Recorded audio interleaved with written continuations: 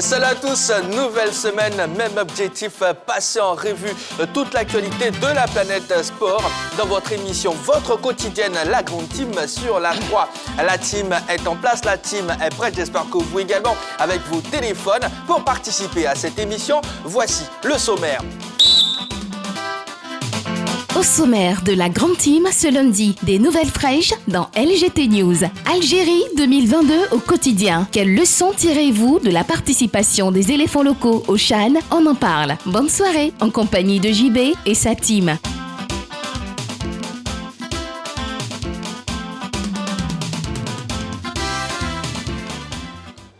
Nos éléphants locaux étant en Algérie pour représenter la nation. Oui, la nation. Et l'objectif, c'était faire mieux qu'en 2016. Nous n'avons terminé sur le podium à la 3e place plus précisément.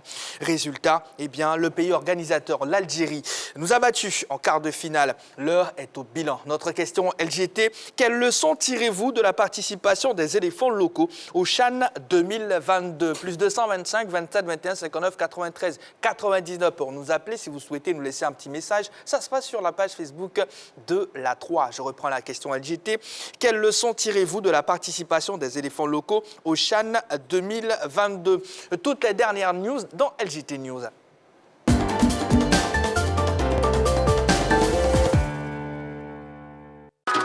Nous commençons notre série de news par le handball. Les meilleurs acteurs de la saison récompensés. La 3e édition des Awards du handball, tenue à Dabou le samedi dernier, a été marquée par la récompense des athlètes qui se sont distingués au cours de l'exercice 2022 écoulé. Ils étaient au total 63 nominés, toutes compétitions confondues, à être honorés dans le Loboutou, en présence du parrain, le ministre Essis Esmel Emmanuel et de toutes les entités sportives de la région. Horace Tapé de Littoral, HBC chez les hommes, et Sylviane Animel d'Abidjan, HBC chez les dames, ont été les révélations de la saison. Je joue avec l'équipe d'Abidjan Handball Club. J'évolue au poste de demi-centre. Voilà, j'ai reçu le prix de meilleur demi-centre de Côte d'Ivoire et meilleure révélation. Je suis très heureuse ce matin d'avoir reçu ces prix. Je dis merci à Dieu parce que c'est lui qui a permis. Mais avant d'arriver ici, je venais juste pour les prix en tant que vice-championne, pour juste les médailles. Mais on venait ici, quand je suis arrivée dans la salle, quand ils ont commencé à faire l'annonce des avant-centres, j'ai pressenti quelque chose en moi et j'ai été élue meilleure demi-centre et meilleure révélation. Voilà.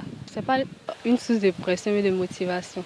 C'est le travail que j'ai fait qui a été mérité, c'est tout. La Fédération ivoirienne de lutte était de passage à Divo le vendredi dernier. 36 encadreurs formés dans le Goji-Bois. 36 encadreurs de la Ligue départementale de Lozois ont bénéficié vendredi dernier d'un stage de formation pour entraîneurs et encadreurs en lutte africaine au groupe scolaire de Dougodou. Et ce, dans le cadre du vaste programme de formation des acteurs de la discipline lancé par le président de la Fédération ivoirienne de lutte, Phil Honoré Alou. Ils sont tous des instituteurs du Drain de Divo dans le département de Guitry. Sous la tutelle du formateur national Séti Robert, ces encadreurs ont reçu les rudiments nécessaires à leur fonction, notamment l'initiation des jeunes, la théorie d'encadrement et la pratique. Parlons du tennis avec l'Open d'Australie. Grand vainqueur, Djokovic redevient numéro 1 mondial. Novak Djokovic vient de retrouver le haut du classement mondial grâce à sa victoire en finale de l'Open d'Australie devant Stefanos Tsitsipas. Victorieux d'un 2e titre dans ce tournoi, son 22e Grand Chelem, Novak Djokovic démontre encore qu'il reste l'une des valeurs sûres du tennis. Rappelons que c'est sa 374e en haut de la hiérarchie mondiale depuis 2011. Du football à présent, le stade d'Abidjan s'offre 2 recrues. En attendant sa reprise de la Ligue 1, le stade d'Abidjan, logé dans les profondeurs du classement, se donne les moyens de remonter la pente. Ainsi, 2 recrues ont-elles rejoint leur rang. Il s'agit du littoral droit, Keïta Ismaël, en provenance de l'AS Bafing, qui s'est engagé pour une période de 2 ans et demi, et l'attaquant malien Abdoulaye Faye, lié au club bleu et rouge pour un contrat de 2 ans. À noter qu'il évoluait précisément au Black Star de Bamako en première division.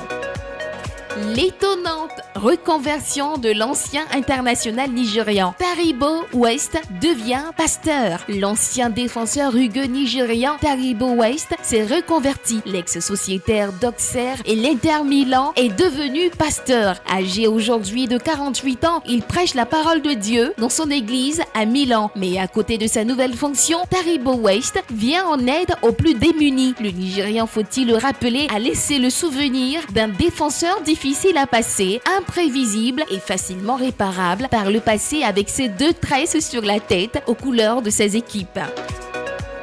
Direction la Bundesliga avec le Borussia Dortmund. Haller titulaire pour la première fois. Sébastien Haller, international ivoirien, 2 mettre son talent au profit de son équipe. D'ailleurs, le Borussia Dortmund et Haller ont enchaîné.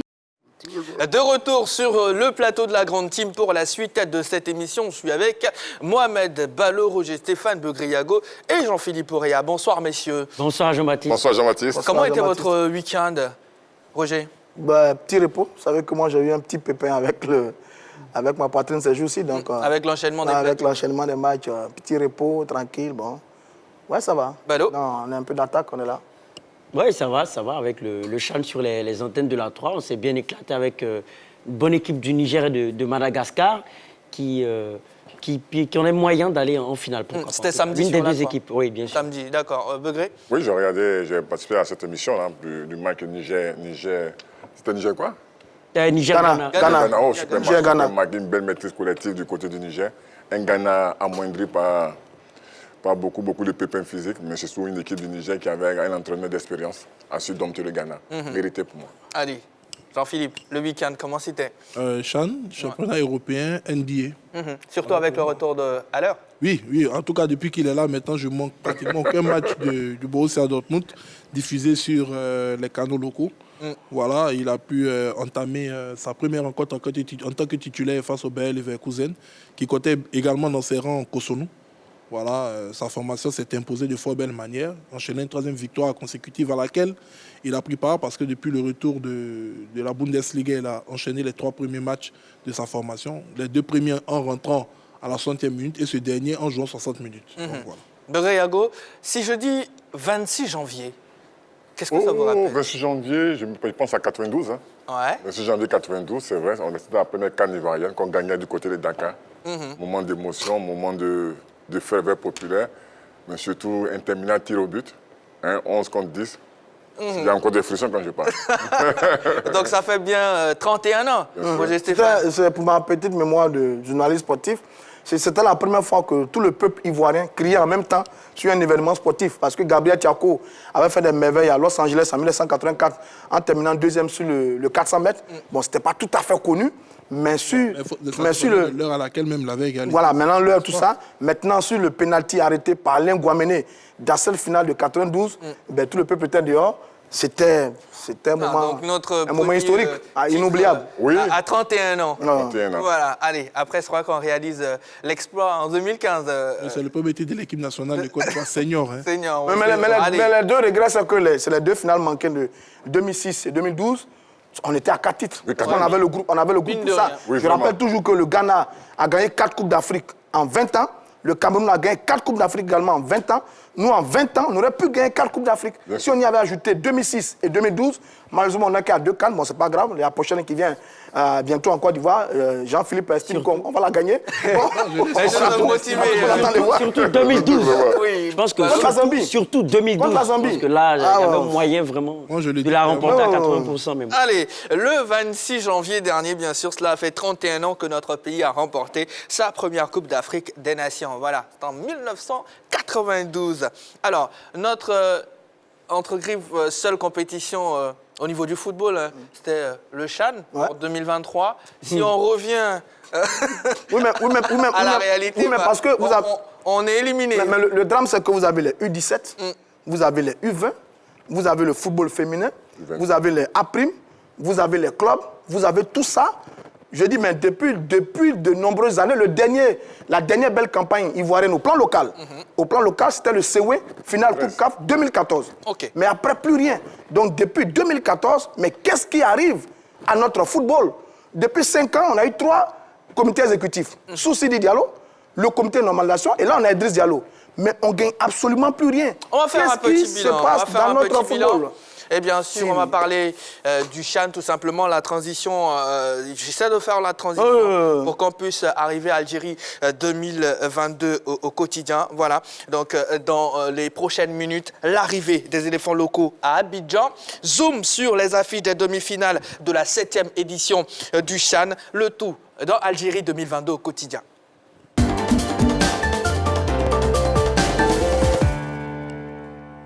Place à la Gazette du CHAN sans plus tarder.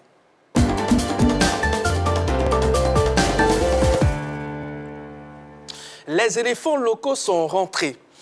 Tombés en quart de finale face à l'Algérie, les éléphants locaux ont regagné Abidjan tôt ce lundi. Ça n'a pas empêché certains inconditionnels à venir témoigner leur amour à cette sélection à l'aéroport. Ils n'ont pas manqué de scander le nom de Ayaï Charles Folly.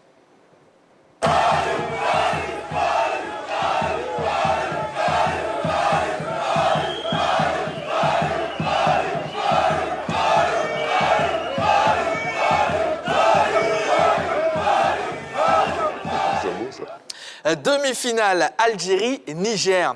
Plus de tickets disponibles. Comme face à la Côte d'Ivoire, en quart de finale, l'Algérie jouera sa demi-finale à guichet fermé. Tous ceux qui sont à la recherche de billets pour cette demi-finale entre le pays hôte, l'Algérie et le Niger n'en trouveront pas. Puisque selon les organisateurs, il n'y a plus aucun ticket sur la billetterie électronique ouverte samedi dernier. Le match de ce mardi affiche déjà complet dans les tribunes. Dérogation de la CAF pour Kendoussi.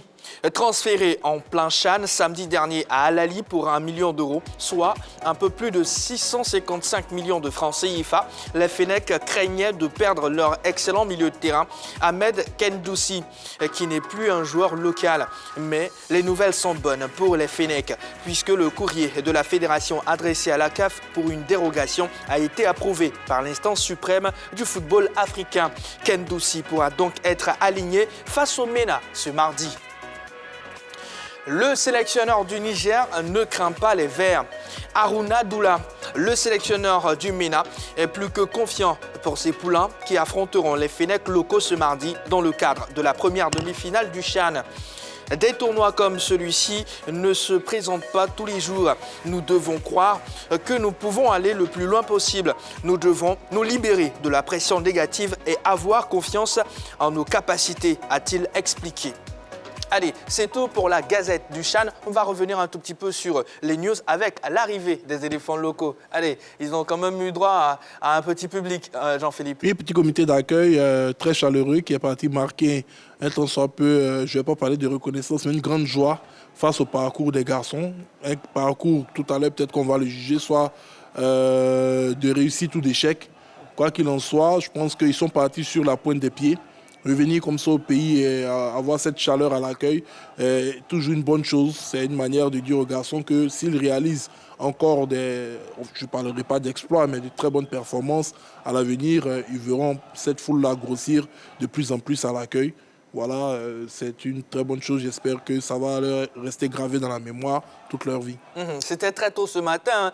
Comme quoi, si vous réalisez de bonnes performances, on est là, tout simplement, toujours prêt.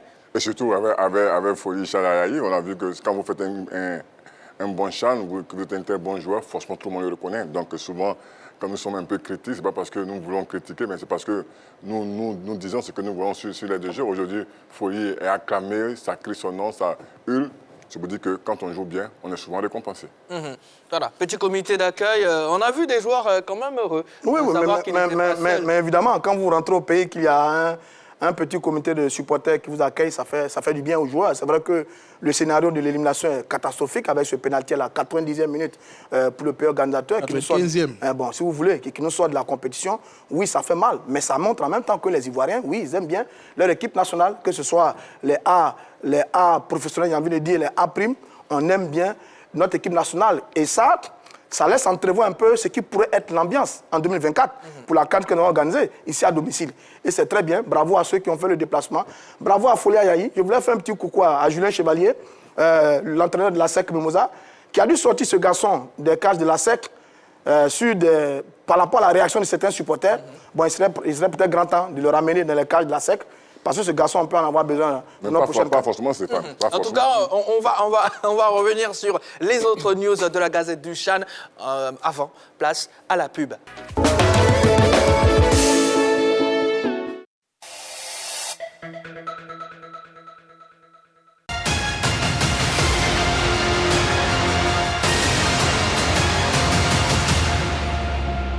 « 18 nations.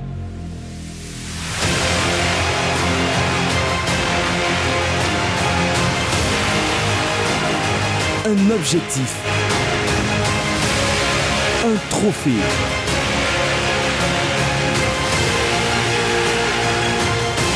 Le CHAN Algérie 2022 est à suivre en direct et en exclusivité sur la 3 du 13 janvier au 4 février 2023.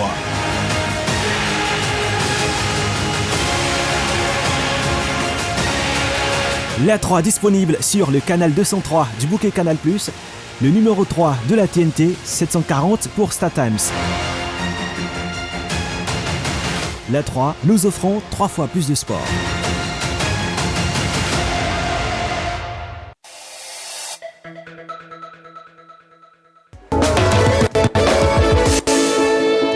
Merci d'être sur la 3. Vous suivez votre émission La Grande Team. Ce soir, notre question LGT est la suivante. Quelle leçon tirez-vous de la participation des éléphants locaux au CHAN 2022? Retour sur quelques informations de la Gazette du CHAN. Alors, demi-finale Algérie-Niger, ballot, plus de tickets disponibles. Guichet fermé encore une fois pour l'Algérie. Oui, c'est tout à fait normal. C'est le pays organisateur. Mais moi, je ne crois pas tellement, je ne crois plus en l'influence du public. Je pense que si le Niger est dans de bonnes dispositions, il peut faire la différence face à 40 000 spectateurs. On sait que dans l'histoire du football, le Cameroun est allé remporter la Coupe d'Afrique des Nations au Nigeria. Eh bien, c'était face à un grand public de Lagos, face à une belle génération avec des Victor Ikpeba, des Djidjo Okocha. Donc, aujourd'hui, je pense que si on a des ressources mentales, on peut faire face à une bonne équipe, même devant son public. C'est vrai qu'on va revenir sur. Oui, mais quand même, le public, c'est important. Oui, c'est important. Quand même. On va revenir sur l'influence du public. L'info que j'ai emmenée, c'est juste qu'il n'y a plus de tickets disponibles. On va vraiment développer dans la suite de l'émission concernant l'influence ou pas du public. Voilà. Et derrière, Roger Stéphane, c'est toujours bien concernant la CAN 2025 à venir. On sait que l'Algérie veut l'organiser tout simplement. Côté influence, c'est vraiment un bon message. Mais évidemment, ça veut dire que l'une des réussites de ce tournoi-là, en ce moment, c'est le public. L'affluence du public, c'est vrai qu'il y a des matchs où il y avait un peu de vide, mais à chaque fois que l'Algérie est sortie, sur certaines affiches, oui, il y a eu du public, et ça, c'est très bien.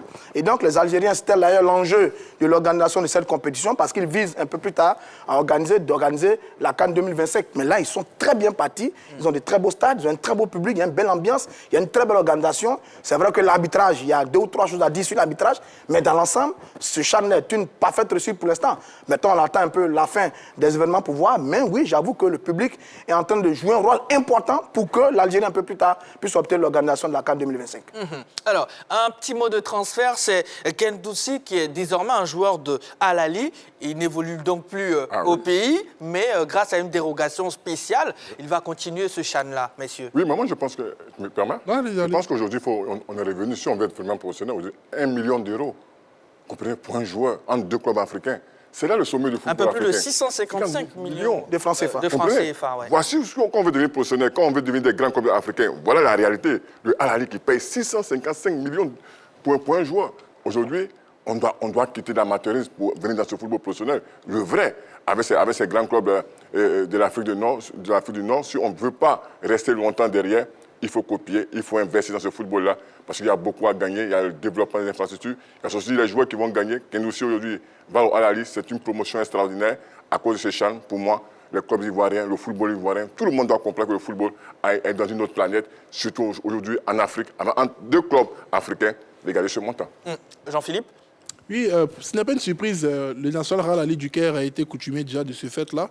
Une équipe qui était capable de faire revenir en Afrique un international sud-africain qui joue en Angleterre lorsqu'ils ont signé Pitso Mosimane. J'ai oublié le nom de cet ailier virevoltant qui évoluait du côté du National Rallye.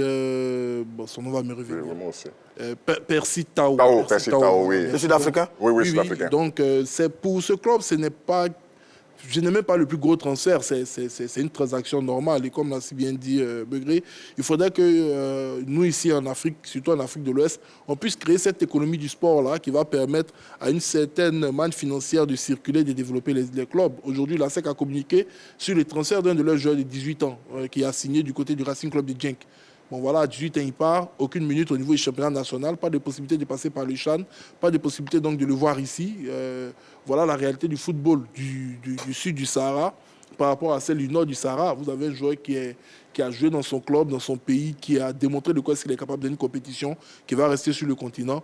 On espère que dans les années à venir, on aura des puissances financières, surtout avec la Super League, des puissances financières sportives qui vont permettre donc à l'écosystème du football africain de se développer. Mais l'affaire Kendoussi, oui. La délégation spéciale, c'est pourquoi? Est-ce qu'il a joué avec le Al-Ali?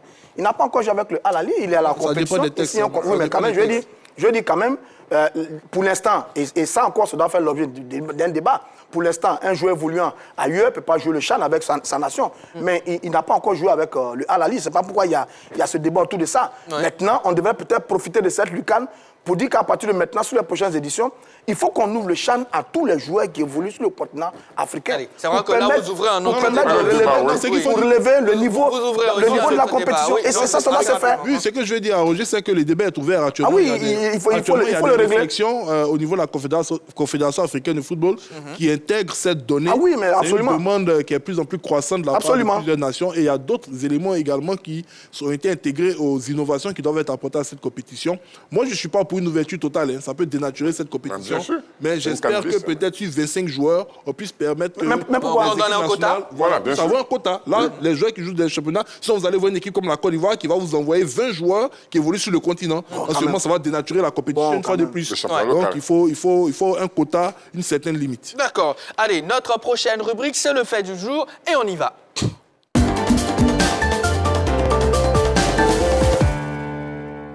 Les demi-finales du CHAN 2022, Algérie, Niger et Sénégal, Madagascar se dérouleront ce mardi. Nous vous présentons ces deux affiches dans cette vidéo préparée par la rédaction.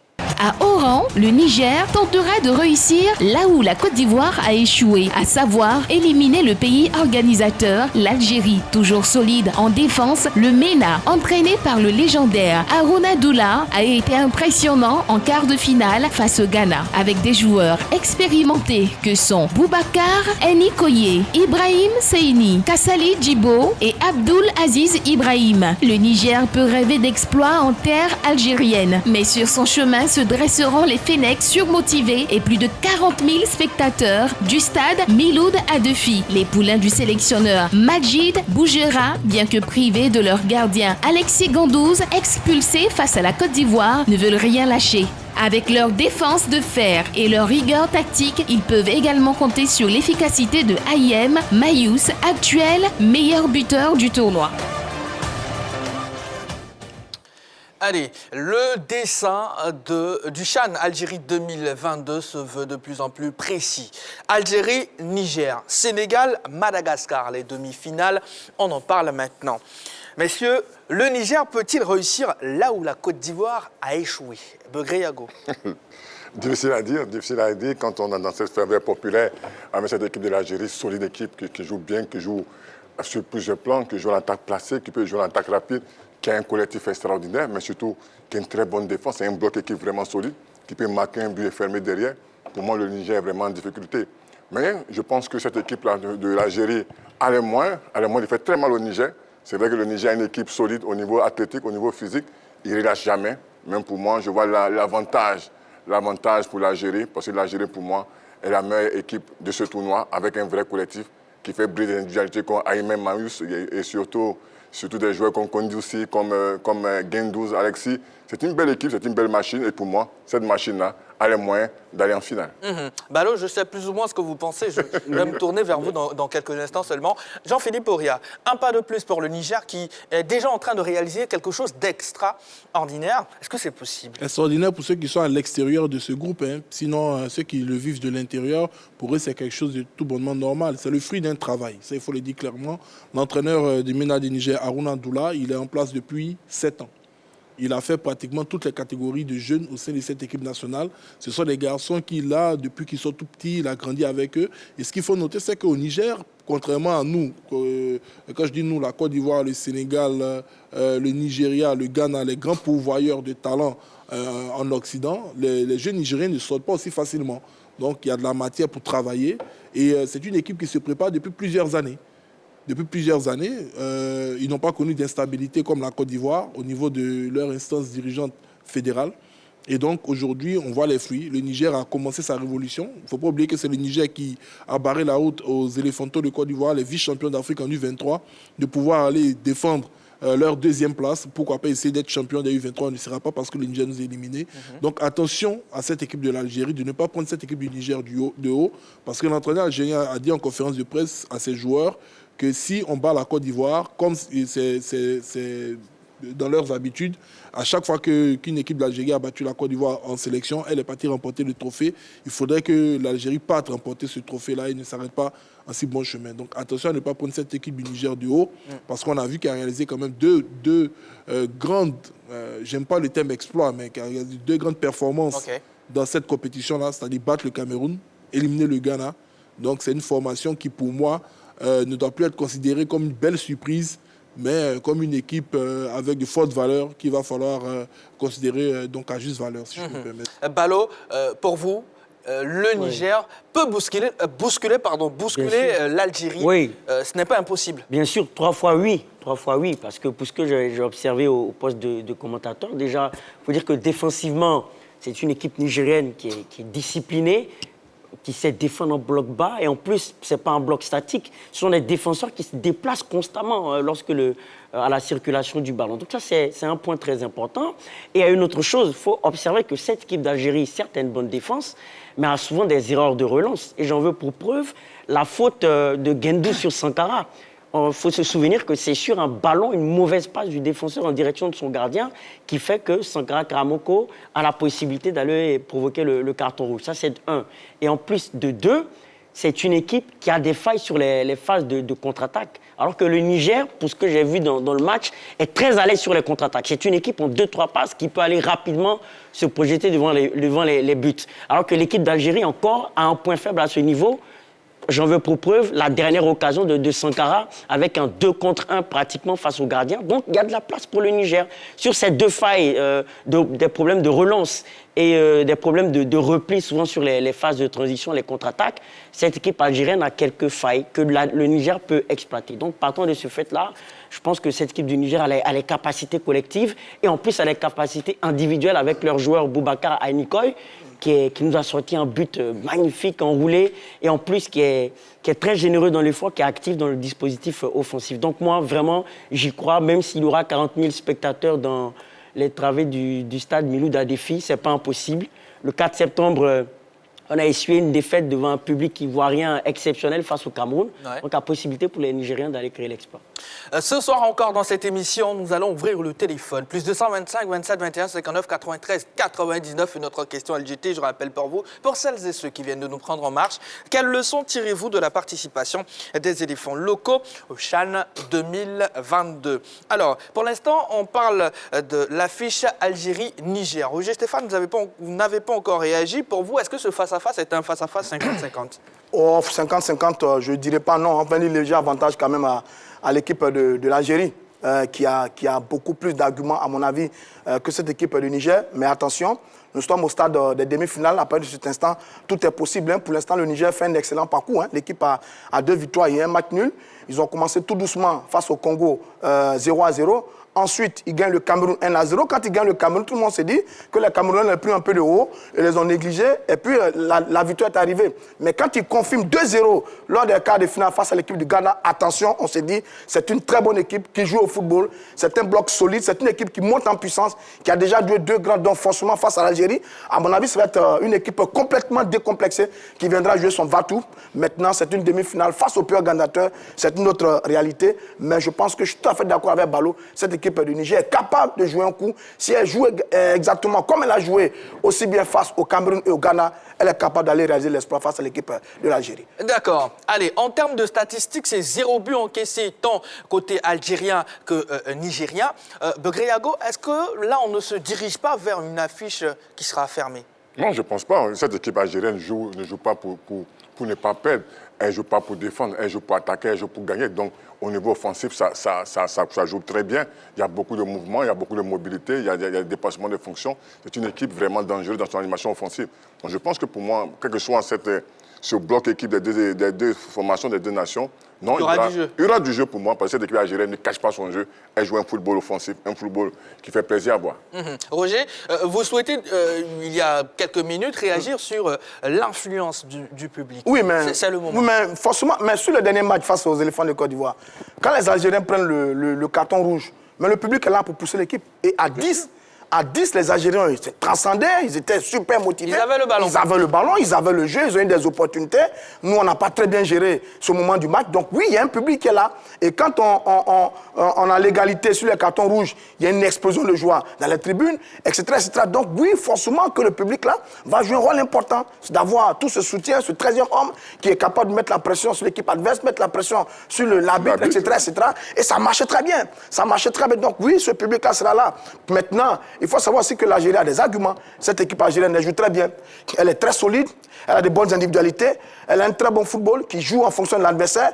Elle n'a pas été très bonne sur son premier match face à la Libye, je crois. Mais au fur et à mesure, quand on est monté dans la compétition, elle a été très très bonne. Elle a été brillante face à la Côte d'Ivoire. Elle a fait un très bon parcours dans sa poule, l'Éthiopie, Mozambique. Oui, donc c'est une très belle équipe qui sait allier à la fois le jeu long, le jeu court. Quand il s'agit de construire le milieu de terrain, elle est là. Les longs ballons, souvenez-vous, combien de longs ballons nous ont perturbés dans ce match face aux Algériens. Donc, c'est une très belle équipe. On a vu Gentoussi là, qui est un formidable joueur. Mezik est bon. Mawis, le buteur actuel, est très bon. Donc en gros, il y aura du jeu, mais seulement, les deux équipes ne marquent pas beaucoup. 3 matchs, 3 buts pour le Niger. 4 matchs, 4 buts pour l'Algérie.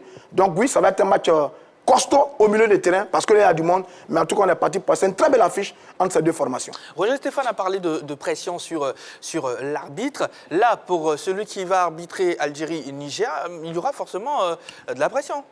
Oui, il y aura toujours la pression. Tant que vous arbitrez un pays qui accueille une compétition, qui remplit un stade, voilà, la pression elle sera toujours présente. Donc je pense que les arbitres qui ont été choisis pour cette compétition sont des arbitres qui ont une certaine carapace.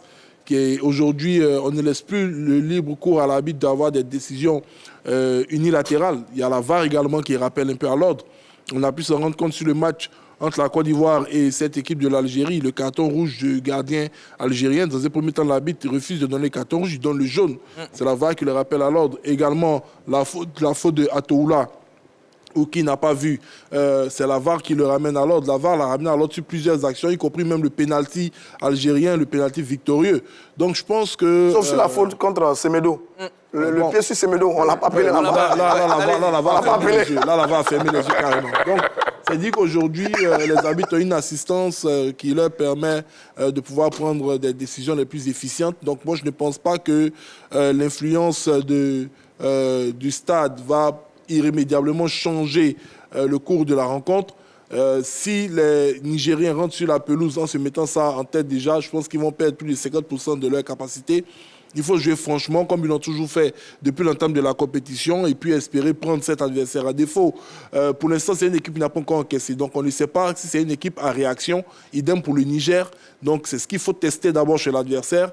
Est-ce que c'est un adversaire qui est à réaction lorsqu'il est mené, ou est-ce que c'est un adversaire qui coule lorsqu'il est mené? Donc, c'est une rencontre qu'il va falloir jouer avec les nerfs les plus suffisamment entendus, et puis donc essayer de prendre à défaut à n'importe quel moment ce vis-à-vis. Allez, en tout cas, c'est demain Soyez donc au rendez-vous tout simplement à partir de 15h pour ne rien rater. Algérie-Niger. Voilà.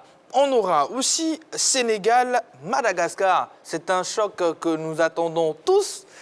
Tant il y a de la qualité des deux côtés. Ah oui, il y a de la qualité des deux côtés, mais surtout, il y a un vrai projet de jeu, il y a une vraie structure de jeu, des joueurs intelligents, beaucoup de mobilité, en attaque placée, ça joue en attaque rapide. Vraiment, non, c'est vraiment un beau football.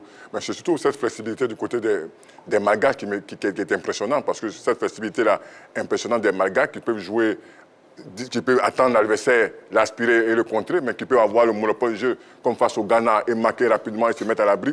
C'est un très beau match. Une équipe sénégalaise avec un entraîneur intelligent, Pape Diao, qui sait lire ses adversaires, qui sait lire le jeu et qui fait très mal souvent à ses adversaires. Donc je pense que c'est un match qui peut rester bloqué dans le secteur du jeu, surtout dans la possession, dans la conservation du ballon. Mais je pense que c'est un match qui sera très beau.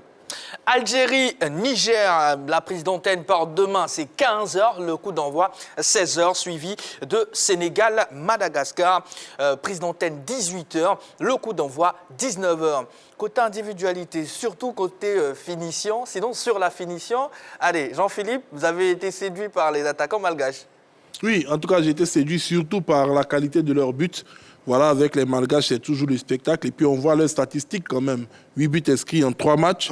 Je pense que c'est une formation. Si peut-être elle avait eu son 4e match, c'est-à-dire une 4e équipe dans sa poule, elle serait peut-être à 11 ou 12 buts. Parce que c'est une équipe qui est très offensive, qui a surtout des attaquants qui sont de magnifiques finisseurs. On se demande où est-ce qu'ils enlèvent leur courbe de tir. C'est très impressionnant, mais bon, on n'est pas surpris parce que avec les Barrea, on était habitué à voir ce genre de magnifiques réalisations lors de la dernière Coupe d'Afrique des Nations du côté du Cameroun. Et donc, on verra encore ce football spectacle face au Sénégal en espérant simplement qu'on pourra se régaler. Allez, on va regarder les réactions d'avant-match Sénégal-Madagascar en conférence de presse. On revient juste après. C'est sûr, on sait que Madagascar, c'est une équipe qui marque beaucoup de buts. Et nous, on a pris un seul but. C'est un but qu'on a marqué contre notre camp face à l'Ouganda. Aujourd'hui, on sait que c'est les demi-finales. Voilà, comme on dit, les matchs se suivent mais ne se ressemblent pas. Voilà, nous, on prépare bien ce match et essayer aussi de garder nos bases. Aussi garder notre football, en même temps faire déjouer cette équipe de Madagascar, qu'on sait très bien qu'il a des qualités, c'est pour ça qu'elle est là. Donc nous, on reste vraiment sur ce qu'on fait depuis le début et préparer bien ce match. Et je pense qu'on a nos arguments et je l'ai toujours dit et on continue à les montrer. Et espérons que demain, ça sera meilleur. On passe en demi-finale. Demain, ce sera contre le Sénégal. Le Sénégal, c'est une équipe forte physiquement et agressive.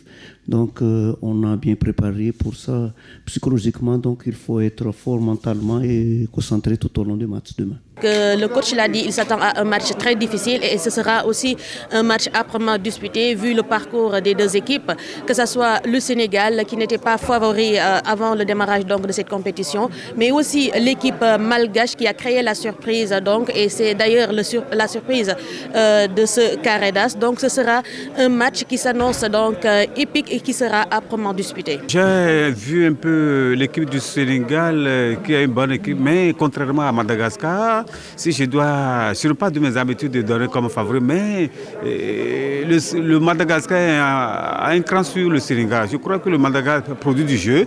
Il n'a pas un joueur individuel qui peut basculer, comme l'a dit l'entraîneur, mais tout le monde peut marquer. C'est un groupe solidaire et tout le monde peut marquer. Bon, je pense que déjà, ils sont jeunes et je pense qu'ils sont joueurs également. Ils jouent bien.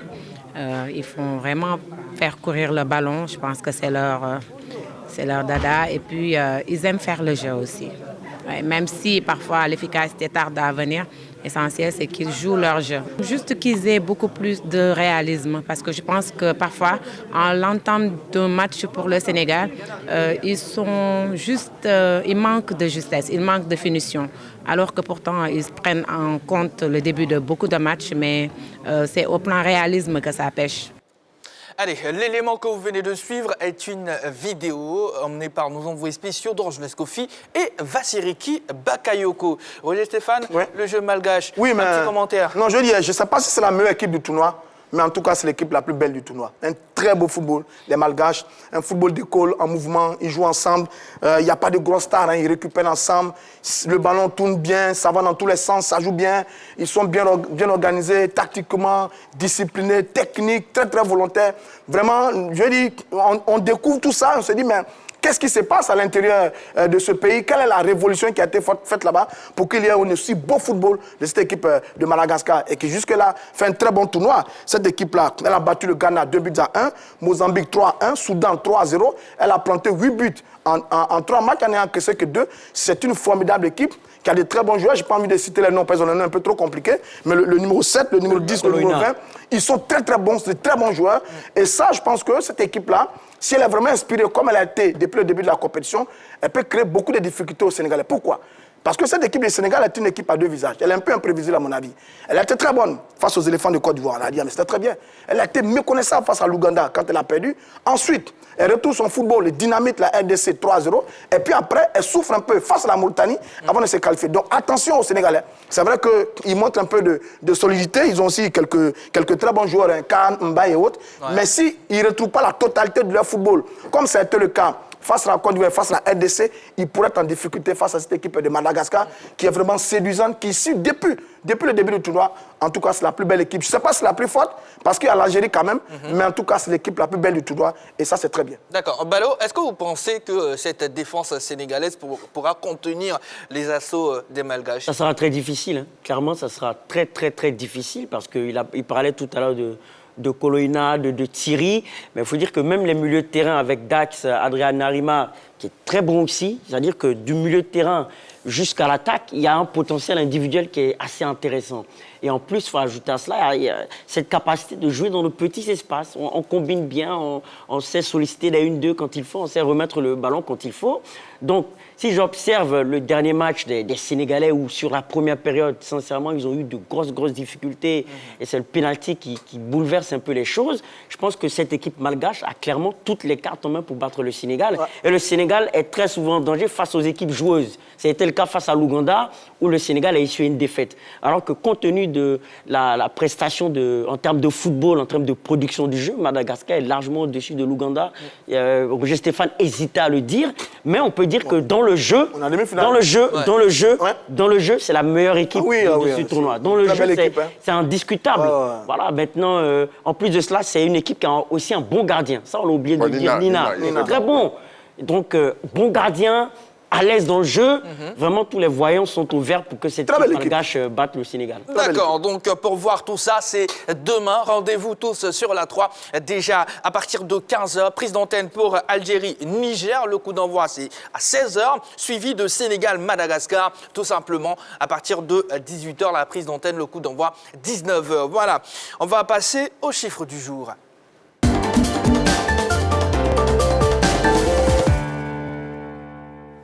Allez, 3 chiffres à vous proposer aujourd'hui avec des révélations. Notre premier chiffre, 7.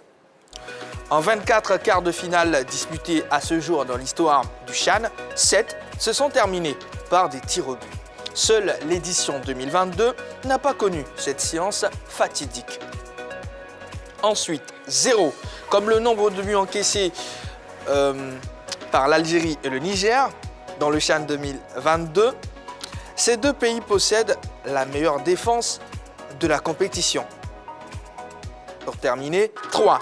Comme le nombre de buts marqués par l'Algérien Mayous et le Malgache Koloina, les deux joueurs sont les actuels meilleurs buteurs du CHAN 2022. Messieurs, pour la première fois dans une édition du CHAN, aucun quart de finale ne s'est terminé par l'épreuve fatidique des tirs au but. Qu'est-ce que cela dénote, Jean-Philippe? Que les formations sont très vite départagées. Voilà, on n'a eu que des 90 minutes. Bon, on a fait avoir à quelques secondes près les prolongations dans la rencontre entre la Côte d'Ivoire et l'Algérie, mais dans les autres rencontres, il faut dire que ça a été surtout pour les oppositions Ghana, Niger et Madagascar qui a fait sortir le Mozambique. C'était quand même des rencontres, je dirais, assez favorables aux deux vainqueurs. Maintenant, le Sénégal a battu difficilement son vis-à-vis, la Mauritanie, même si les Mauritaniens ont montré beaucoup d'envie. Bon, j'ai l'impression qu'ils sont restés au stade juste de l'envie. Et puis, il y a eu la victoire de l'Algérie. Donc, comme je le disais tantôt, les équipes ont eu à tout faire pour ne pas se retrouver dans cette circonstance des prolongations, pour ne pas voir luire même les tirs au but. Et puis, bon, c'était une excellente chose. Tous les athlètes vont pouvoir se reposer convenablement avant d'attaquer ces demi-finales. Allez, quel commentaire vous inspire derrière la solidarité défensive des Algériens et des Nigériens? Bon, et d'ailleurs, les deux équipes se croisent en demi-finale. Moi, je le disais, elles ne marquent pas beaucoup, elles font l'essentiel. Gagnent petitement 1-0, 1-0 sur les différents matchs, sauf le Niger qui a fait 2-0 sur son dernier match. Et puis, elle n'encaisse pas beaucoup. Bon, maintenant, on va voir après. Est-ce que sur ce match-là, enfin, les attaques vont être beaucoup plus performantes, plus prolixes pour mettre beaucoup de buts, on verra. Mais ça montre qu'elles ont des défenses très très solides. La défense algérienne est très très solide. Elle n'a pas beaucoup été mise en difficulté depuis le début du tournoi, sauf face aux éléphants, où on les a vraiment bousculés. Mais sur tout l'ensemble du tournoi, les Algériens ont été souvent maîtres du jeu, ils ont contrôlé, ils ont dominé. Sinon, on les a un peu perturbés, même si on n'a pas fait preuve de réalisme. Il y en a encore cette action de Zougrana, dont on parlera longtemps encore. Maintenant, le Niger derrière a montré beaucoup de qualités, notamment face au Cameroun. Les Camerounais ont poussé avec l'excellent Gomme, le latéral droit, mais ils n'ont pas trouvé la solution. Les Ghanéens ont essayé de les titiller. Ils ont pris ces deux buts qui ont été des coups terribles pour l'équipe du Ghana. Ouais. Mais l'un dans l'autre, oui, c'est deux équipes qui défendent bien, qui sont tactiquement bien organisées, qui ont des joueurs solides. Et ça montre bien que sur le plan de la discipline, oui, on sait jouer au football également avec ces différentes équipes. Et c'est très bien. Maintenant, on va regarder cette demi-finale entre Algériens et l'équipe du Niger. On va voir ce que ça va donner, mais ça va être un match assez intéressant de ces deux formations. Allez, nos deux meilleurs buteurs qui, aujourd'hui, au compteur, comptent 2 buts. Allez, Marius? Oui, 3 buts. 3 buts, oui. Oui, Marius, non, lui, il m'a fait vraiment grande impression face à la Côte d'Ivoire. C'est quelqu'un qui sent le jeu, qui sent le foot, hyper intelligent, mais surtout qui se passe de la pression. Je ne sais pas si je m'abuse, c'est son 3e pénalty. Si je ne m'abuse, quand même, il faut porter, cette pression-là. Il faut la dominer positivement pour aller shooter ces pénaltys-là, surtout quand face à la Côte d'Ivoire, si tu n'as pas les nerfs solides, et ça peut être vraiment dangereux. Mais il y a ce pied gauche magique, là, comme j'aime l'appeler, de Koina, vraiment extraordinaire. Pour moi, peut-être le meilleur joueur du tournoi à l'heure actuelle, qui a un pied gauche extraordinaire, qui fait ce qu'il veut du ballon, une flexibilité dans la cheville. Quand vous regardez ses buts, c'est enseigné dans les académies de football, pour moi, il mérite actuellement d'être les 2 meilleurs buteurs de ce CHAN.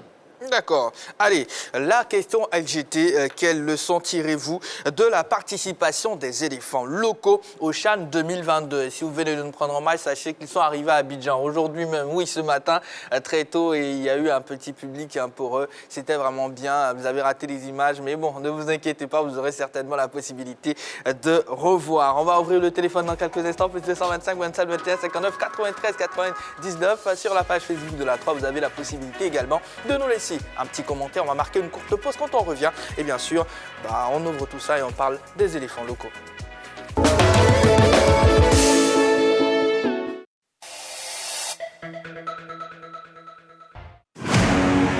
Le meilleur du football européen, la Première Ligue, revient ce week-end sur la 3. Bien joué, attention. Après un début de saison compliqué, les Red Devils ont désormais atteint la vitesse de croisière et peuvent même rêver européen.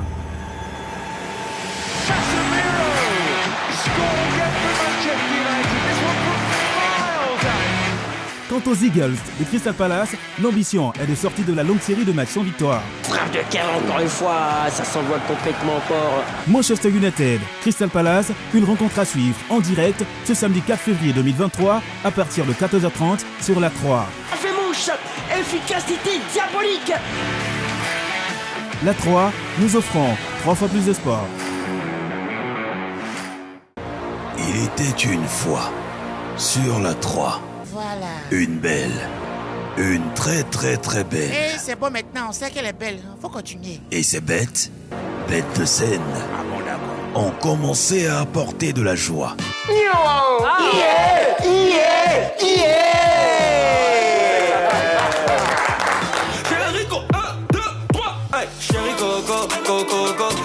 La Belle et les Bêtes. Émission de divertissement 100% bonne humeur. Nous égayons vos soirées, nous vous instruisons à travers La Belle et les Bêtes, l'émission intelligente. Et dans La Bête curieuse, ça ne s'explique pas. Ça se regarde. La Belle et les Bêtes, l'émission intelligente. Et bienvenue dans l'antre de La Belle. Mon problème est un peu complexe. Ma maman m'écoute, mon papa m'écoute. Et moi, je ne peux plus de cette situation. Je suis vraiment dépassée. Réagissez en direct en appelant au 27 21 59 93 99. La Belle Eunice Dago vous donne rendez-vous désormais à 18h30, du lundi au vendredi, en direct sur la 3. Toi, va et annonce la bonne nouvelle vers toi. Allô? Voilà moi, voilà toi. Ce qui va nous arriver, ça n'a qu'à nous arriver. Mais... Être célibataire est considéré comme un handicap. Que feras-tu sans mensonge? Bisous, bisous. La 3, nous offrons 3 fois plus.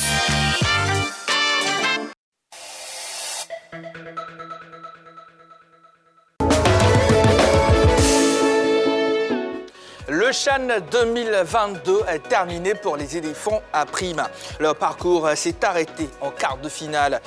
Que faut-il retenir de cette participation ivoirienne? On fait le point dans cette vidéo.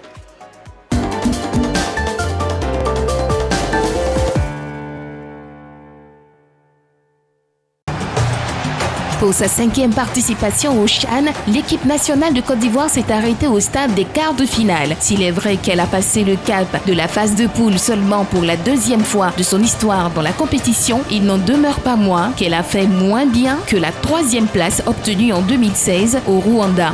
En Algérie, les éléphants étaient comme sur courant alternatif. Tantôt amorphes, les poulains d'Aïdara Soaléo ont manqué de régularité dans leur performance. Offensivement, ils ont été peu convaincants, ne marquant que dans un seul match sur 4. C'est très peu pour prétendre aller plus loin dans ce type de compétition.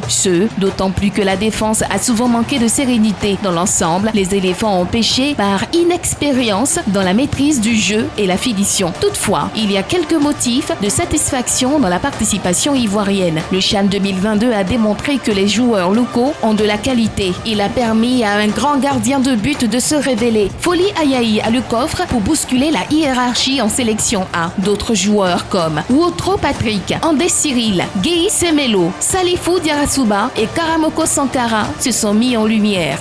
Que va devenir cette équipe? On ne saurait le prédire, car certains comme Essis Baudelaire, Gouamark et Bombadrissa prendront leur retraite internationale, tandis que d'autres s'en iront sous d'autres cieux. Mais une chose est sûre, Aïdara Soaléo a démontré qu'il est un entraîneur sur qui la Côte d'Ivoire peut compter. Le football local ivoirien a donc de la qualité. Il appartient à la fédération de surfer sur le relatif satisfecit de la participation au CHAN 2022 pour donner au championnat national toutes ses lettres de noblesse.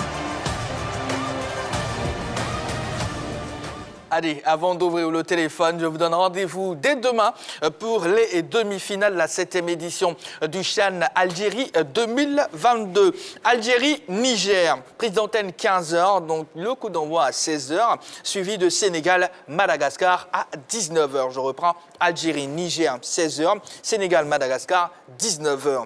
Allez, quelle leçon tirez-vous de la participation des éléphants locaux au CHAN 2022? Jean-Philippe Auria, alors, quelle analyse faites-vous de la participation ivoirienne à ce CHAN 2022? Une participation juste acceptable. Il y avait des objectifs qui avaient été assignés par le président de la fédération au départ d'Abidjan. Le président l'avait réitéré lorsqu'ils étaient en stage bloqué du côté de la Tunisie. L'objectif premier de la Côte d'Ivoire, c'était de remporter cette compétition. Maintenant, est-ce que les moyens efficients ont été mis à la disposition du groupe pour pouvoir atteindre cet objectif? Je dirais qu'on était sur une bonne voie. Il faut essayer de consolider les acquis en espérant que pour la prochaine participation, on puisse accroître donc ces moyens de préparation. Parce que je le disais en entendant mes propos ici avec Roger quand on échangeait que pour moi, il ne s'agissait pas d'aller faire un stage bloqué de 3 jours ou de quelques jours en Tunisie, enchaîner 3 matchs et dire que nous sommes prêts. Il faut un véritable projet qui va s'installer sur plusieurs années. Voilà, 1 année ou 2 avec un entraîneur qui est déjà nommé, qui peut suivre l'évolution d'un groupe de joueurs, une cinquantaine, soixantaine. Ainsi donc, quand il y aura des départs et des arrivées, il pourra ajuster son groupe avec lequel il va faire des regroupements locaux, avoir des participations à des stages en externe, tout et tout. pour qu'au moment d'être prêt pour la compétition, on puisse achever ce processus avec un certain noyau dur. Donc pour cette compétition, je pense que les garçons n'ont pas été du tout ridicules. C'est vrai qu'on aurait aimé qu'ils poursuivent leur aventure. Il y a eu quelques errements, notamment cette dernière action. C'est vrai, avec l'émotion, on en veut un tout petit peu au jeune Zungrana, mais quand on regarde le contenu de la rencontre, il n'était pas le seul à avoir manqué au nombre de buts. Et donc, on espère que tous ces petits défauts qui ont été détectés durant cette compétition à travers cette équipe nationale pourront être gommés, parce qu'on s'est rendu compte que au niveau des latéraux, il était difficile pour la Côte d'Ivoire d'en avoir de qualité aujourd'hui. Au niveau du poste des gardiens de but, c'est vrai que Folly va venir compléter une certaine liste. Mais est-ce que c'est véritablement l'assurance tout risque?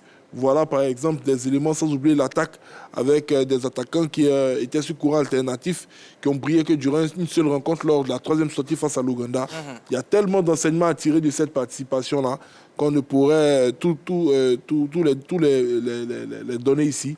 Mais je dirais, pour synthétiser mon propos, il faut beaucoup de travail, beaucoup d'audace de la part de nos entraîneurs pour que la Côte d'Ivoire puisse, à la prochaine édition, faire une bien meilleure figure. Mais pour mon jugement, c'est une participation passable. Quelle leçon tirez-vous de la participation des éléphants locaux au CHAN 2022? On ouvre maintenant le téléphone. Oui, vous êtes invité à participer à cette émission. Plus 225 27 21 59 93 99. On prend également la réaction des internautes via la page Facebook de la 3. Laissez-nous un petit commentaire. C'est la 3, tout simplement. Et bien sûr, on lira ici en plateau votre commentaire. Allez, Begreyago, c'est à vous de jouer. Quelle est votre analyse globale de la participation ivoirienne? Je rejoins un peu ce qu'a dit Jean-Philippe, mais je veux dire aujourd'hui, il faut que les Ivoiriens, il faut qu'on se réveille. Il faut se réveiller, mais il faut travailler. Il faut planifier, il faut développer, il faut que notre football devienne compétitif, comme l'a dit Stéphane. On ne va pas rester à être satisfait parce qu'on a été éliminé en quart de finale. On doit chercher à gagner. On a les moyens, on a un vivier extraordinaire. Il faut planifier. Les générations, elles ne sont pas spontanées. Il faut les préparer sur des années. Prendre aujourd'hui des jeunes de 13 ans pour les préparer sur 5 ans. Pour moi, pour la fédération, pour le sport ivoirien, ce n'est rien. Ce n'est rien pour gagner demain. Donc je pense qu'aujourd'hui, il faut qu'on arrête. Pour moi, c'est le champ des regrets, c'est le champ des frustrations, c'est le champ on aurait pu faire si Zouglana avait marqué. Non, arrêtons tout cela. Maintenant, on va avoir le champ où on va aller gagner. Il faut développer ce football-là. Il faut le rendre vraiment professionnel. On vient d'avoir un chiffre. 1 million d'euros pour un joueur en 2 clubs africains. L'heure a sonné, la Côte d'Ivoire doit se réveiller, doit travailler pour que son football devienne compétitif. Pour moi, si on n'a pas un football compétitif, on peut d'ici quelques années, bye-bye à ce football de haut niveau, à ce professionnalisme. Monsieur Diomandé Mamadou nous appelle de Sipilou. Bonsoir, monsieur Diomandé Mamadou. Salut à toi, le grand Sipilou. Vous allez mieux aujourd'hui? Ouais, là, ça va. On commence à retrouver la voix de monsieur Diomandé. Ouais, le mois que je fais à ça pour ça, D'accord. Alors, quelle leçon... Oui, allez-y. Je fais la table de l'autre qui avait déjà. Bonsoir, Diomandé. Salut. Voilà. Allez, monsieur... Oui. Quelle leçon tirez-vous de la participation des éléphants locaux au CHAN 2022, monsieur Diomandé? Bonjour. Oui. Moi, je dirais par une note qui est très médiocre.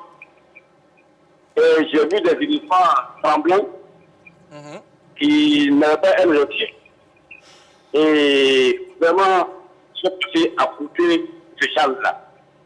Maintenant, j'ai vu l'entraîneur, des fois, à une bonne étude de jeu, des fois, c'est fait à côté par le jeu, mais à la longue, une forte préparation, il pourra mieux faire. Donc, c'est une part d'être dirigeant pour l'Ivoirien. On n'est pas à un jour de la position où allez-y en compétition. Il faut préparer le Niger là. C'est pas au niveau de la là. Le gars, il faut des passages. Il faut des années de préparation avant la canine de tout. D'accord. Comme là, c'est quand même on a des enfants aussi pour aller compétition. Aujourd'hui, M. Diomandé, la connexion n'est pas vraiment bonne. J'ai du mal à cerner ce que vous dites, mais on a globalement compris. Voilà. Merci beaucoup, M. Diomandé Mamadou. Voilà. Comme M. Diomandé Mamadou, vous pouvez nous appeler plus 225 27 21 59 93 99. Et en même temps, je vous donne rendez-vous dès demain pour Algérie-Niger à partir de 15h, prise d'antenne déjà. Et puis, c'est suivi de Sénégal-Madagascar. Ça compte bien sûr pour les demi-finales de la 7e édition du CHAN. Balo, la même question pour vous, l'analyse globale. Oui, du bon et du moins bon. Le bon se caractérise par le fait qu'on a une équipe qui a su monter en puissance dans cette compétition. Et le second plan, il faut dire qu'il y a eu tout de même de la volonté. J'ai senti des joueurs, à un moment donné, qui étaient engagés, qui ont mis de la volonté, qui ont mis de la générosité dans l'effort. Ça, ce sont les bons points. Maintenant, le moins bon, c'est une équipe inefficace. Ça, c'était l'un des points culminants de cette compétition. Une équipe qui a du mal à concrétiser ses occasions, alors que le football moderne est de plus en plus porté sur l'intensité dans le jeu et l'efficacité. Si on veut gagner des trophées, il faut être efficace, alors que nos joueurs n'ont pas su le faire. Et le second point du moins bon, c'est qu'il y a une équipe qui n'a pas su gérer les moments décisifs. Lorsque Guendouzi prend un carton rouge, ça, c'est un moment décisif à bien gérer, à savoir gérer, mais là, on n'a pas su le faire. On a été dominé après ce carton rouge. On n'a pas eu la possession, chose qui a été paradoxale. Donc, ce sont les choses à travailler. Et ce qui est dommage, c'est que ce problème de gestion des moments décisifs est à remarquer, est à constater dans la plupart des équipes nationales de Côte d'Ivoire, de l'équipe A jusqu'au A', en passant par les U23. Donc, je pense que c'est quelque chose à gérer, à corriger. Et pour cela, il faut qu'on ait des analystes dans la plupart des équipes nationales de Côte d'Ivoire, car c'est quelque chose de grave. Si on a des analystes, ça va nous permettre de savoir gérer un certain nombre de situations, un certain nombre de situations dans le jeu. Donc là aussi, c'est un appel à la Fédération ivoirienne de football, parce qu'il faut dire que cette équipe du CHAN n'avait pas d'analyste vidéo. Ça, c'est grave.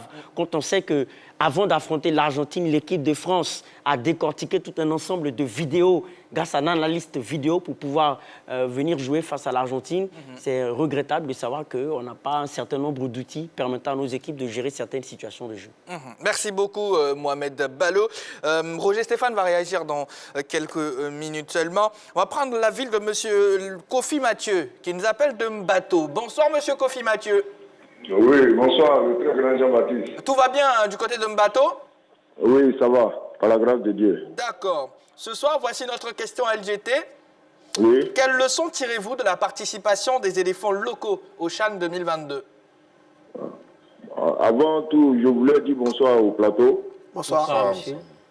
Et puis dire que ce que moi je retiens, c'est que nous avons beaucoup de travail à faire en Côte d'Ivoire ici. Parce que nous avons vu pendant cette compétition une équipe qui nous a servi une prestation tantôt bonne, tantôt pas bonne. On n'est pas cohérent en fait. Et quand nous avons joué le premier match avec le Sénégal, j'avais appelé pour dire que on ne peut pas aller gagner une compétition si on ne peut pas marquer les quelques occasions que nous avons. Voilà, on ne peut pas, parce qu'il faut marquer des buts. Devant l'Algérie, on pouvait gagner 1 ou 2 buts. Mais bon, on les a vendangés parce que sur place ici, la préparation n'a pas été faite. Bon, contre l'Ouganda, on a sorti un bon jeu. Après, on est retombé dans nos travers. Donc, je crois que le travail doit continuer. Salio Aidara, s'il reste, il peut continuer avec ces jeunes-là. Il peut nous donner de bons résultats dans les prochaines compétitions. Mais il ne faut pas que le même démon surgisse parce qu'on n'est pas allé loin dans cette compétition. On va évincer Salio Aidara, on va changer le groupe, on va attendre les éliminatoires du CHAN prochain pour nommer quelqu'un. Tout ça, c'est du bricolage. Il faut qu'on laisse le temps à Salio Aidara de rester avec les enfants, faire des recrutements par moment, pour mieux travailler jusqu'aux prochaines compétitions. Je crois que c'est comme ça qu'on pourra avoir des lauriers. D'accord. Je vous remercie. C'est bien noté. Merci beaucoup, M. Kofi Mathieu. Merci bien. Allez, Roger Stéphane. Moi, je suis d'accord avec tout ce qui a été dit sur cette campagne, et même si certains points sont discutables, notamment la préparation. Mais je vais faire un diagnostic véritable de notre football pour qu'on comprenne ce qui nous arrive en ce moment. Et parce que j'ai peur. Après la décennie 90, où les clubs ivoiriens ont tout gagné sur le continent, on ne gagne plus rien. En 90, ASEC, Africa Stella, ont tout gagné au niveau des clubs. 2002, il y a la crise militaro-politique. En 2006, la SEC joue la demi-finale de la Ligue des Champions. La dernière bonne campagne d'un club local, c'est le CE Sport de San Pedro, en 2014, finale de la Coupe de la Confédération. Mais depuis 2015, on ne gagne absolument plus rien. C'est inquiétant.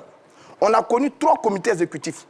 Sidi Diallo vers la fin, le comité de normalisation, le CONOR sous le comité sous la normalisation, et Idriss Diallo. Mais le résultat est le même. Le résultat est le même. On échoue à tous les niveaux avec nos équipes. Donc, il faut qu'on fasse un diagnostic. Je pense qu'il est peut-être temps qu'on fasse un peu les états généraux du football en Côte d'Ivoire pour voir ce qui ne va pas. Parce que j'ai le sentiment qu'il y a des dysfonctionnements à tous les niveaux. D'accord. Si on prend l'État... Mais après... Attendez, laisse-moi développer. Ne soyez pas trop long. Oui, mais laisse-moi développer. Laisse-moi développer. Donne-moi une minute. Laisse-moi développer. La responsabilité de l'État sur les infrastructures, les financements des clubs. La responsabilité des régions qui ont abandonné des clubs aujourd'hui, qui n'existent plus, qui ont été des grands clubs par le passé. La responsabilité de la fédération sur son organisation, sa planification. La responsabilité des présidents des clubs sur leur façon de bâtir des clubs. Est-ce qu'ils le font bien ou ils font du business? La responsabilité des supporters qui ont abandonné le football local aux mains de qui, je n'en sais rien. La responsabilité de nous-mêmes observateurs qui sont plus portés sur le football européen que sur le football local. Si autour de cette table, vous nous demandez de donner 6 joueurs de l'Africa, on va avoir du mal. Mais on connaît tous l'effectif du Paris Saint-Germain. Donc, il y a un vrai drame qui est en train de se vivre autour du football ivoirien depuis de nombreuses années. Si on ne fait pas attention, on ne va pas s'en sortir. Donc aujourd'hui, laisser le football local aux mains de la fédération et des présidents des clubs est une erreur. Il faut qu'on fasse les états généraux du football en Côte d'Ivoire parce que cet échec-là est l'échec de trop et de plus qui devait nous emmener tous à réfléchir par rapport à notre football. C'est ce que je vais dire et c'est ce qui est juste. On fait tout ça pour un nouveau départ. Absolument, on doit le faire.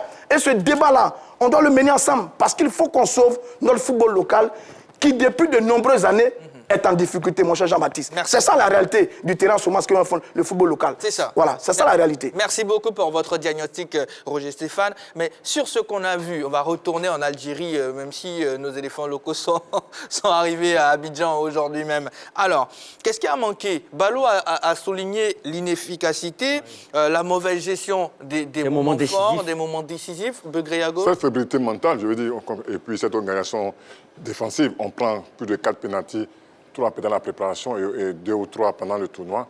Il y a une mauvaise organisation au niveau défensif qu'il fallait gérer, qui n'a pas été fait. Donc je pense qu'aujourd'hui, il y a cela, mais comme l'a dit Stéphane, comme l'a dit Ballot, comme l'a dit JP, c'est tout l'ensemble. Vous savez, je dis toujours, on perd ensemble, on gagne ensemble. C'est un tout. C'est un tout. Donc aujourd'hui, c'est vrai, je vois certains dire que c'est les joueurs. Non, c'est un tout. On perd ensemble, on gagne ensemble. C'est tout le football ivoirien qui est vraiment malade. J'ai dit, planifions les générations. Et forcément, je dis, sur le long terme, on gagnera tout. Cette équipe de France a été planifiée sur des générations. Elle la gagne plus tard. N'ayons pas peur. Moi, je pense qu'il ne faut pas avoir peur. Planifions, développons compétitif et forcément, on gagnera tôt ou tard. Oui, et en plus, pour ajouter, Jean-Baptiste, il faut qu'on soit capable, notre football soit capable d'aller au-delà du vivier de joueurs. Parce que si on vous dit, qu'est-ce qui caractérise le football ivoirien? Qu'est-ce qui caractérise les différentes équipes du national de Côte d'Ivoire? Que des individualités. Oui. Que des talents individuels, que des joueurs fantastiques, que des joueurs qui peuvent aller sur un 1 contre 1, que des joueurs qui sont capables d'exploits individuels, mais on n'arrive pas à passer le palier pour arriver à de vrais collectifs, pour arriver à un football structuré et organisé. Moi, je pense que là, c'est ce à quoi on doit arriver pour que le football ivoirien aille au firmament. Parce que si notre football ne progresse pas et qu'on se limite qu'à avoir de bons joueurs qui vont évoluer dans de grands clubs, on n'ira nulle part et on n'aura pas de palmarès. Voilà. Roger Stéphane, pour cette campagne, est-ce que vous avez des noms moi, je tirer leur épingle du jeu? Oui, évidemment. Je regardais le match des éléphants comme tout le monde. J'ai vu de belles choses. De très belles choses face à l'Ouganda, face à la RDC. Des choses moins bonnes face au Sénégal et face à l'équipe de l'Algérie. Une mauvaise gestion d'un match, d'un événement, d'une situation. Et ça, on l'a vécu avec toutes les équipes. Aux Jeux Olympiques, mauvaise gestion. U17, mauvaise gestion. U20, mauvaise gestion. Éléphant A, mauvaise gestion. Donc, il y a cette mauvaise gestion des petites situations qui nous amènent à ça. C'est un peu dommage. On est frustré, on a des regrets. Mais maintenant, il faut passer à autre chose. Il faut qu'on réfléchisse, il faut qu'on mette tout ça dans un panier et qu'on trouve la solution. Maintenant, sur les joueurs. Oui, moi, j'ai aimé Folie, le portier. Il n'est pas titulaire, il a perdu sa place de titulaire à Sek Moussa au profit de Diakité. Mais il a été magnifique dans ce CHAN. J'avoue qu'il nous a épaté nous tous. C'est peut-être le meilleur éléphant de cette compétition. À côté de lui, son défenseur central, Koulibaly Souleymane, défenseur central de la Sek Moussa. C'est le meilleur joueur des éléphants face à l'Algérie. Il était bon, il provoque le penalty, c'est vrai, mais il a été excellent. J'ai aimé Outro Patrick, le jeune garçon sur le front de l'attaque. Grand, combatif. Outro. Bon jeu de tête, bon jeu de pied, garçon excellent. Je pense que lui, il est pour vraiment un bel avenir. Très bon joueur. Lui, il m'a vraiment épaté. Maintenant, à côté de ces trois, il y a des flops. On va prendre un appel d'abord. Après, on verra pour les flops. Et vous allez attaquer pour les flops. Monsieur Koné Brahima, il nous appelle de Mbengue. Bonsoir, monsieur Koné. Bonsoir, monsieur. Bienvenue sur la 3, monsieur Koné. Oui. Alors, quelle leçon tirez-vous de la participation des éléphants locaux au CHAN 2022? Bien. Les éléphants ont bien joué. OK. Mais sachez que c'est le visage qu'on attendait de ces gamins-là. Tout ce qu'ils ont fait, c'est ce qu'ils savent faire. Sinon, ils ne pourraient plus faire mieux que ça là. Vous voyez, ce sont ces mêmes éléments-là qui sont allés en Ligue des clubs, en Ligue pour aller échouer. Et c'est comme ça qu'ils ont joué. Le fait n'est pas de tourner sur l'euro, mais à la fin, là, qui a gagné? C'est celui qu'on cherche. Celui qui a gagné, c'est lui qu'on cherche. C'est la même équipe là qui est allée en Ligue des Champions. L'équipe qui ne peut pas aller en Ligue, aller jouer Ligue là, ne peut pas jouer le CHAN là. Donc pour vous, qu'est-ce que vous retenez? Qu'est-ce que vous retenez justement de cette participation? Bon, moi je retiens un jeu passable. OK. Et puis l'entraîneur, vraiment, je le note jusqu'à 8/10 parce que l'entraîneur est très bien, il a fait ce qu'il pouvait faire. OK. Je crois que prochainement, il faudrait qu'on se lève tôt pour préparer des joueurs. Merci. D'accord, merci beaucoup. Monsieur Koné Brahima qui nous a appelé de Mbengue. Allez, vous allez terminer avec... Sur les flops, on va prendre l'avis des autres. pas comme. Il était annoncé comme le patron milieu de terrain des éléphants. Bon, il a complètement loupé sa compétition.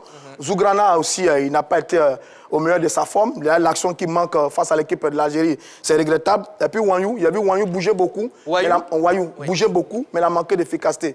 Mais sinon, dans l'ensemble, on a vu une équipe avec un certain potentiel, avec de la qualité. Malheureusement, il a manqué beaucoup d'ingrédients. Jean-Philippe, même exercice, top flop, individualité.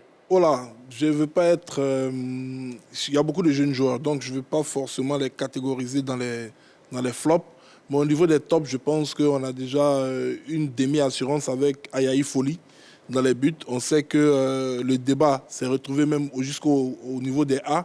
Et donc, quand on sort d'une telle compétition avec un garçon qui s'illustre d'aussi belle manière, je pense qu'il pourrait être un renfort de poids pour l'équipe A. Ensuite, il y a le porteur d'Ossardou Souleymane, un défenseur qui m'a beaucoup impressionné. Lui, ce n'est pas dans l'immédiat, sûrement qu'on le verra avec les A, mais c'est un garçon à suivre. Belle taille, belle détente, un garçon très concentré. C'est vrai qu'il a commis le pénalty, mais qui est resté toujours droit et arrêté dans sa manière de défendre. Atoula, je ne l'ai pas trouvé suffisamment à son aise parce que c'est un garçon qui est latéral droit pour le sacrifice ultime. Au niveau de l'équipe nationale, il était prépositionné en latéral gauche. Il n'a pas pu donner la plénitude de son talent. Donc, bon, il n'a pas été foncièrement à niveau. Outro s'est réveillé. Ce sont des garçons qui auraient pu être dans mes... Même s'il a été gêné après par un pépin. Ce sont des garçons qui auraient pu être dans mes tops, mais sauf qu'ils ont été quand même assez inconstants. Voilà.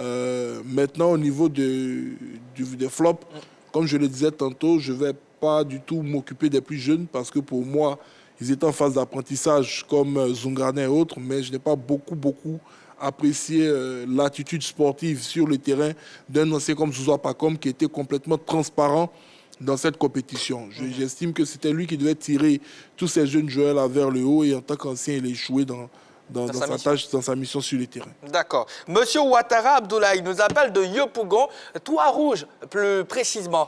Bonsoir Monsieur Ouattara. Bonsoir monsieur. Merci de rejoindre à la team. Merci et bonsoir à tout le monde. Salut. Bonsoir. Président Bégré Yabourigel. Merci beaucoup, bonsoir. Allez, est-ce que vous savez que le premier titre de champion d'Afrique de la Côte d'Ivoire a 31 ans? Oui. Sénégal 92, Alain Guamini. Allez, quelle leçon tirez-vous de la participation des éléphants locaux au CHAN 2022? Passable, je dirais. Moi, je vois la Côte d'Ivoire a un beau football, mais les gens ne se donnent pas. On a de bons joueurs, mais les gens ne se donnent pas. À l'époque, quand je regarde les joueurs comme Begré, Yago et Jeanne, Gadis et lui jouer, c'est pas parce qu'ils étaient trop forts, mais c'est des joueurs qui se donnaient très bien. Et regardez le match Côte d'Ivoire à Algérie, à la dernière minute, il y a un petit effort pour donner la balle à, comment on appelle, pour marquer l'unique but pour qualifier la Côte d'Ivoire, mais malheureusement. Donc, moi, je pense qu'il n'y a pas trop de sérieux dans notre football. Donc, on a de bons joueurs. C'est une participation passable. Passable. Merci beaucoup, M. Ouattara Abdoulaye. Oui, merci. Excellente soirée à vous. Allez, même exercice Begré-Yago, on va terminer par Ballot, avant de prendre la réaction de quelques Ivoiriens que nous avons pu avoir dans les rues d'Abidjan. Non, moi je dirais qu'un seul joueur quand même qui a été constant, qui a marqué son territoire, c'est Yahi Foué-Foli, qui a été vraiment très bon, constant, qui a retardé l'échéance pendant longtemps. Sur ce penalty là face à l'Algérie, il ne peut pas, parce qu'il s'est vraiment très bien tiré. Après, moi aussi, j'ai des interrogations qu'un joueur comme Cramo, qui aurait pu apporter beaucoup plus dans le côté gauche, dans le couloir, par cette envie-là, quand il a son troisième but, il avait vraiment envie. Donc je pense que je ne vais pas parler de flop, mais je dis que c'est une jeune équipe, mais ce n'est pas une raison. On peut être jeune et puis avoir de la qualité à être des combattants, être des winners, des guerriers. C'est une équipe qui a perdu ce tournoi au niveau mental. Il y a eu beaucoup de faiblité mentale. Et quand tu vois dans ce genre de tournoi-là, la première qualité, c'est d'abord le mental, après la détermination et l'envie. Et puis après, on a cette structure de jeu-là pour aller chercher les résultats, ce qu'on n'a pas fait. Oui, moi, les tops, c'est Sankara Karamoko, pour moi, qui fait partie des tops. On a Ayayi Foli, on a Koulibaly Souleymane. On a Atoula, pour moi, qui a été victime d'un arbitrage, d'un mauvais arbitrage, pour ne pas trop exagérer, mais qui a été très volontaire. Mais surtout Sankara Karamoko, qui m'a laissé une très bonne impression. D'accord. Allez, quelques Ivoiriens dans les rues d'Abidjan se prononcent sur le parcours des éléphants en Algérie. On les écoute. La leçon que je peux tirer concernant la compétition, la participation de la Côte d'Ivoire à la CHAN, est que d'abord, ils n'ont pas démérité, ils se sont donnés, ils ont joué. Mais il faut dire que la prochaine CAN, il faudra qu'ils se donnent plus. Parce qu'on a vu un peu de faiblesse dans les jeux, ils ne se donnent pas trop. Il y a trop de laisser aller dans le jeu ivoirien. Donc la prochaine CAN, il faudrait que l'entraîneur, le coach, vraiment puisse serrer encore, il puisse bosser dur, afin que la prochaine CAN, on puisse aller au moins en finale et pourquoi pas même la remporter. Ils ont donné de leur savoir-faire, ils ont donné le meilleur d'eux-mêmes. Et il faut vraiment revoir ce qui n'a pas marché et puis essayer d'améliorer les prochaines fois parce qu'une équipe, les éléphants de Côte d'Ivoire, c'est quand même un emblème ici en Afrique de l'Ouest, surtout partout en Afrique. Et il faut vraiment revoir ce qui n'a pas marché parce que nous sommes en quelque sorte leaders en Afrique en matière de football. Je veux dire, se faire éliminer aussi facilement, voilà, à 2 doigts de la finale, bon, c'est vraiment beaucoup de choses qu'il faut revoir dans notre équipe, au niveau du CHAN comme au niveau des éléphants même de Côte d'Ivoire en général. Ils ont quand même donné ce qu'il faut, ils ont bien joué et ils n'ont pas démérité. Ils doivent travailler encore davantage pour pouvoir aller de l'avant. C'est tout ce que je peux retenir de tout ce qui concerne le match. Dans l'ensemble, c'est pas mal. Je crois qu'on aurait pu aller bien plus loin, on aurait pu aller au-delà des quarts de finale. Voilà. Le premier match, déjà, on avait déjà bien débuté avec le Sénégal. Le second match, on s'est pas mal débrouillé, on a arraché les nuls. Maintenant, face à l'Ouganda, on a su passer. Maintenant, face à l'Algérie, on pouvait mieux aller. Mais nos éléphants n'ont pas pu se qualifier. Mais ce n'est pas bien grave. La prochaine CHAN, on aura plus de chances. Les éléphants, ils doivent se remettre au travail, en fait. Voilà. Dans tout échec, ils doivent tirer une inspiration. Comme le disait un certain monsieur là, l'inspiration est la solution spontanée d'un problème longtemps médité. Donc ce poteau qu'on peut dire, ce poteau qu'ils ont tapé à la CHAN là, ça doit vraiment les amener à redoubler d'efforts, bosser encore plus pour devenir encore meilleurs, pour redevenir ces éléphants-là qu'on a connus et non des éléphants éléphantaux. Les éléphants, à chaque fois quand ils s'en vont jouer un match, là, il y a toujours un mauvais retour. On ne sait pas si c'est l'entraîneur ou bien si c'est qui fait ça, mais on ne sait pas. Mais là, on promet qu'à la CAN, à la CHAN prochaine, ils vont bien jouer. Mais on ne sait pas, nos poulains aussi, là, eux, ils savent bien jouer. Ils ont du talent. Mais là, les gens ont du mal à les booster. Je ne sais pas, ils ont les moyens, mais ils ont du mal à les booster. Donc on peut dire pour qu'à la CHAN prochaine, ils s'améliorent.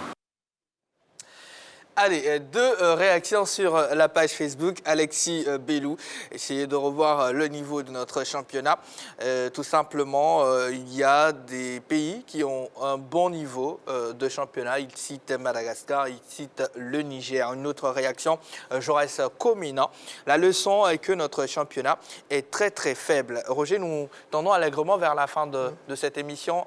Quelque chose à ajouter concernant... Non, je pense que c'est... On regrette encore de savoir que le football local a un fort potentiel. Vraiment, le football local a un fort potentiel, mais il est en danger depuis de nombreuses années. Il est grand temps que nous menions tous la réflexion pour l'aider véritablement. Quand je dis tous, je parle à tous les acteurs, parce que le football ivoirien a besoin de tout le monde, de l'État, des régions, des présidents de clubs, de la fédération, des supporters, des journalistes. Il faut qu'on se mette ensemble pour sauver notre football, parce qu'à cet allure-là, on risque de vraiment regretter. La SEC est la dernière étincelle, la seule étincelle actuellement. Si on ne fait pas attention, on va pleurer pendant longtemps encore. Je parle bien du football local. Ouais. Parce qu'il ne faut pas confondre notre sélection A avec tous les professionnels et le football local. Le football local, c'est la réalité de nos clubs, c'est la réalité de notre fédération et de tout le reste. Ça, il faut que nous tous on se mette ensemble pour sauver ça, parce que vraiment, on commence réellement en difficulté au plan continental. D'accord. Jean-Philippe? Non, c'est pour juste ajouter un élément sur les propos de Roger Stéphane. Parce qu'on le sait, la plus grosse richesse du football local provient surtout du football amateur. La formation des jeunes surtout. La formation des jeunes, l'occupation, je dirais, de tout le territoire national à travers cette ligue. Parce que dans l'élite, on n'a jamais beaucoup d'entités. Mais il faut organiser surtout ce football amateur-là pour que les ligues soient dynamiques, pour que les compétitions des jeunes puissent se tenir. On n'a pas d'équipe de football féminine junior, cadette, c'est que le Nigeria à côté réussit à le faire. Donc, les gens ne se rendent pas compte, mais le chantier est titanesque. Et il ne faudrait pas surtout continuer à avoir ce gros arbre-là qui va cacher cette forêt qui n'a plus de fleurs au niveau de ses branches. Arrivé un moment, je pense qu'on n'est pas obligé de courir derrière les trophées. Il faut réorganiser d'abord le football et les trophées vont venir après. Allez, et il y a quelques jours, au Sénégal, bien sûr, l'équipe sénégalaise a été championne UFOA A. Comme quoi, il y a du travail qui se fait, quel que soit le genre. Ouais, ça bouge du côté du Sénégal. Allez, le programme de demain, donc mardi 31 janvier 2023, 16h Algérie, Niger, 19h Sénégal, Madagascar. On se donne tous rendez-vous donc demain. Voilà, vous voyez le programme qui s'affiche tout simplement. 16h Algérie, Niger, suivi de Sénégal, Madagascar. Messieurs, merci beaucoup. Merci JB. J'espère que on se retrouve. Demain pour la demi-finale. Ouais. Alors, on va le ballon. Pourquoi pas? Et bien sûr, pour refermer ce tout premier numéro de la semaine de votre quotidienne LGT, on vous propose le top 2 des quarts de finale. Merci de toujours rester sur la chaîne qui offre toujours 3 fois plus.